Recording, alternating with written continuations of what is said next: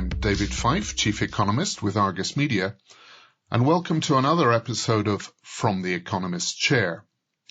This episode is entitled, Are We Nearing a Dollar Inflection Point? As the US dollar index breaches 20-year highs, many foresee an imminent cyclical devaluation, although rumours of the demise of the dollar as the de facto global currency look premature. After strong US employment data again last week, analysts now expect another 75 basis point rise in US interest rates from the Federal Reserve on 21st September. This would take the US policy rate to 3.125%, a level not seen since January 2008. It's little wonder then that the US dollar index is now 22% stronger than early last year and trading at 20-year highs. As more than a decade of cheap finance draws to a close, the broader global economy is grappling with supply chain bottlenecks and spiraling inflation as a result of the pandemic and the war in Ukraine.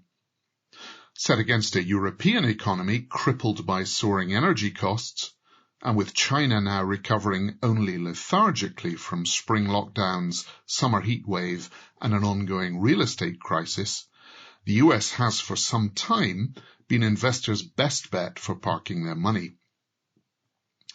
The Federal Reserve has to date also been more aggressive in its monetary tightening than other major central banks.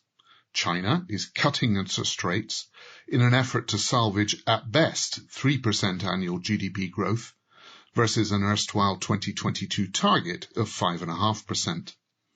And the ECB has, until recently, tread a relatively dovish path amid concerns about debt default risks among its southern member states, albeit that could change if this week's ECB Governing Council also accelerates rate rises to 75 basis points.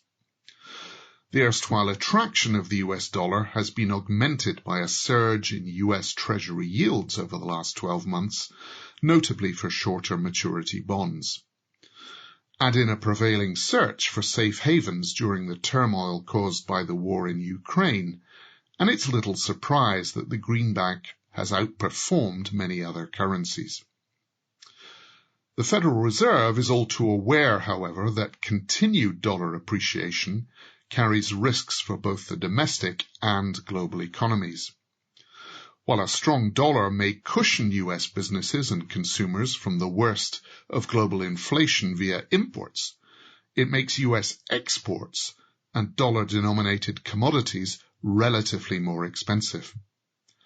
Indebted, import-dependent developing economies, the drivers of oil and commodity demand growth, therefore face a triple whammy from higher interest rates, costlier dollar debt repayments, and soaring oil import costs. This is a cocktail that, at best, will cap global commodity demand, but also risks tipping a fragile world economy into recession. In the modern era, prior dollar bull runs have tended to last between 5 and 7 years, whereas the current upswing has been underway, albeit with interruptions, for over a decade.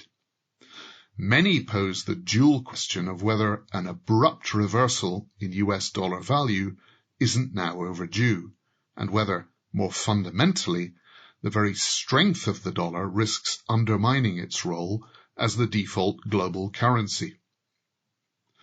The economic slowdown now underway, with US and Eurozone growth seen averaging at best 1% next year, allied to inflated dollar value, are likely to curb commodity demand growth and stifle the last 2 years' post-pandemic rebound. Ultimately, if US GDP growth slows relative to other economies, then renewed cyclical weakening in the dollar appears likely. Dollar bears are further emboldened by US net debt levels, which now stand above 70% of GDP, and are seen as an additional harbinger of currency risk. Predicting an approaching inflection point for the dollar seems uncontentious, even if its timing remains very hard to predict. whether such an overdue cyclical devaluation also coincides with an accelerated transition away from the dollar's dominance as a global reserve currency is much less certain.